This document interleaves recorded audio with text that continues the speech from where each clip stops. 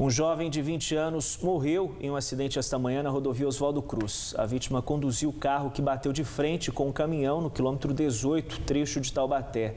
O tráfego fluiu em esquema Aparecida até às 11 da manhã. O trecho é bem próximo do local onde, no feriado da Proclamação da República, um casal de idosos morreu após o carro cair numa ribanceira. Depois de 12 horas de julgamento no Fórum de Taubaté, os 2 policiais militares acusados pela morte de 3 jovens da mesma família foram absolvidos pelo Tribunal do Júri. A sentença saiu perto das 11 da noite de ontem. Um terceiro policial, também acusado de envolvimento no crime, ainda não teve a data do júri definida. O triplo homicídio aconteceu em fevereiro de 2017. 2 irmãos e um primo foram executados dentro de um carro no bairro Rancho Grande. Na época, as investigações apontaram relação entre a morte dos jovens com uma abordagem feita pelos PMs que, horas antes do crime, deixaram as vítimas na casa em que moravam na Vila das Graças. A execução aconteceu durante a madrugada. Com a decisão da Justiça, a prisão dos 2 policiais fica revogada. O Ministério Público diz que vai recorrer da sentença. E termina na sexta-feira o prazo para o eleitor de Campos do Jordão cadastrar a biometria. E nesta quarta-feira foi mais um dia de filas imensas em frente ao cartório eleitoral da cidade. Essa imagem foi enviada por um ouvinte da Band Vale FM pelo WhatsApp da rádio.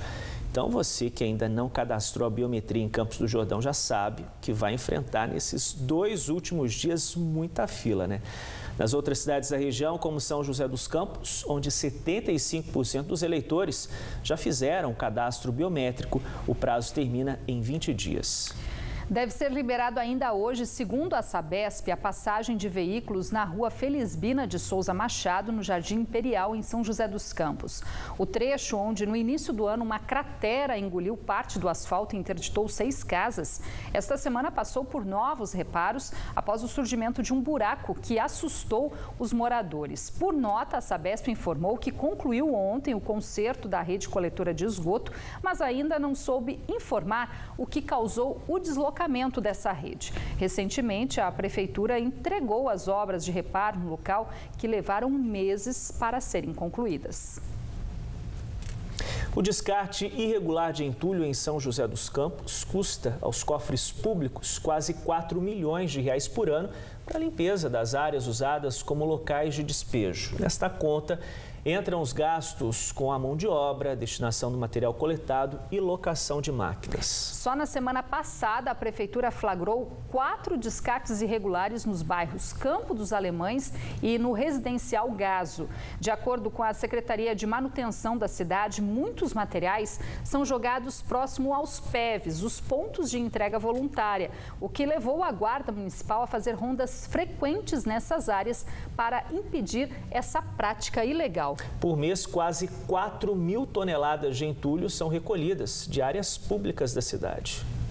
Desde que o Edson se mudou para o bairro Jardim República, em São José dos Campos, a situação por aqui é sempre a mesma. Olha só a quantidade de entulho que encontramos no terreno que faz fundo com a casa dele. O morador já convive com o problema há 12 anos. O dia inteiro é gesseiro, é entulho, é pneu, entendeu? Tá tudo sendo jogado aqui. E não para por aí. Além do Edson, outros moradores também reclamam da situação. A dona Janete conta que é só esquentar um pouco para que o mau cheiro comece a incomodar. É triste para nós, viu? No calor vem um odor de lá que a gente não suporta. Tem que ficar com uma janela tudo fechada, é muito pernilongo, é muito sapo, é rato, é tudo que não presta. Todo lixo para lá. Não adianta. E se a gente fala, reclama daqui quando eles estão jogando, eles acham ruim. Em média, por mês, quase 4 mil toneladas de lixo e entulho são retiradas de via e áreas públicas da cidade. E a multa para quem for flagrado nesse tipo de infração pode chegar a R$16 mil. De acordo com a Prefeitura, só nesse ponto, que fica na zona sul da cidade, a limpeza é feita quinzenalmente. Pelo menos 8 caminhões de lixo saem daqui carregados de entulho, o que demanda mão de obra extra para a realização do serviço. Esse gasto, né, que utilizamos com não só locação de máquina, mas mão de obra, destinação de todos esse entulho, poderia ser destinado para outros investimentos na cidade, né? Neste ano, 10 pontos de descarte irregular de lixo foram isolados pela Prefeitura. 7 só na região leste. A Secretaria de Manutenção da cidade não informou a quantidade de flagrantes, mas destacou que o município conta com 14 pontos de entrega voluntária e que um novo sistema de cadastramento de carroceiros entrou em operação para inibir ações de descarte irregular. São duas alternativas, são os grandes geradores, os caçambeiros, né? Eles têm os locais que corretamente pode destinar, né? E também existem os PEVs na cidade, né? Em São José dos Campos hoje temos 14 PEVs espalhados em toda a cidade, todas as regiões, várias regiões da cidade. Então a pessoa física ela tem como alternativa levar até os PEVs e é gratuito esse descarte, né? Essa destinação.